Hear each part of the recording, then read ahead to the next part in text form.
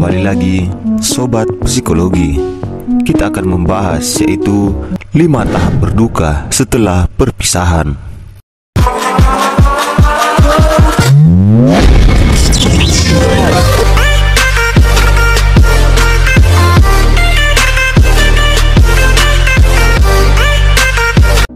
Kalau ada orang yang lagi sedih, biasanya masih ada tuh yang bilang, "Kamu jangan sedih ya, kamu harus kuat."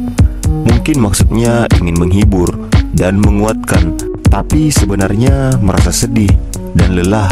Itu sangat wajar kok. Saat berduka, mendapat berita buruk, perpisahan, seseorang akan mengalami 5 fase.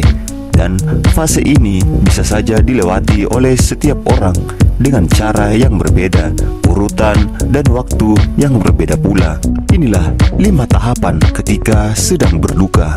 Yang pertama yaitu penyangkalan. Saat kita bingung, takut, shock, dan memilih untuk menghindari segala memori peristiwa atau seseorang, pada tahap ini cenderung akan meragukan atau menyangkal sedang mengalami peristiwa buruk.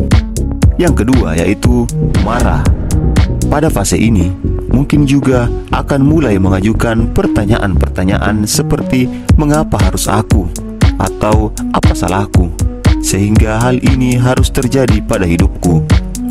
Amarah ini bisa ditujukan kepada siapa saja, baik kepada diri sendiri, orang lain, benda di sekitar kita, atau bahkan kepada Tuhan. Yang ketiga yaitu terjadi tawar-menawar atau sering kita sebut dengan juga fase dialog. Meminta waktu untuk diputar kembali, menjanjikan perubahan diri, merasa bersalah, baik pada diri sendiri atau dari orang lain. Yang keempat yaitu depresi. Saat pikiran dan perasaanmu terasa penuh, hingga kamu tak mampu berpikir dengan jernih, tak mampu merasa dan kehilangan dirimu sendiri. Fase ini bisa dikatakan fase terberat dan perlu diwaspadai, sebab rasa duka dan luka emosional yang dirasakan bisa saja menimbulkan ide atau percobaan untuk bunuh diri. Yang kelima yaitu fase penerimaan. Saat kamu menerima kenyataan bahwa hidup tak selalu tentang apa yang kamu inginkan, penerimaan adalah tahapan terakhir dari fase berduka. Pada fase ini, kamu sudah bisa menerima kenyataan bahwa peristiwa buruk yang kamu alami benar-benar terjadi dan tidak dapat diubah. Cara bangkit dari kondisi terpuruk. Poin yang pertama yaitu hindari memendam duka mendalam seorang diri. Cobalah curhat dengan orang terdekat atau orang yang kamu percayai.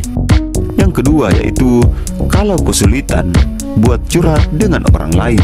Coba tuangkan isi hatimu dengan menulis catatan harian tentang segala emosi yang dirasakan dan harapanmu. Yang ketiga, kelola stres dengan melakukan aktivitas yang menyenangkan dan menenangkan. Misalnya, olahraga teratur, meditasi, beribadah, jalan-jalan santai, dan sebagainya. Jadi, demikianlah tahapan yang akan kita lalui apabila kita dirundung duka. Jangan lupa save video ini, subscribe, like, dan komen, karena bisa jadi ini adalah video terakhir yang kamu lihat. Assalamualaikum warahmatullahi wabarakatuh.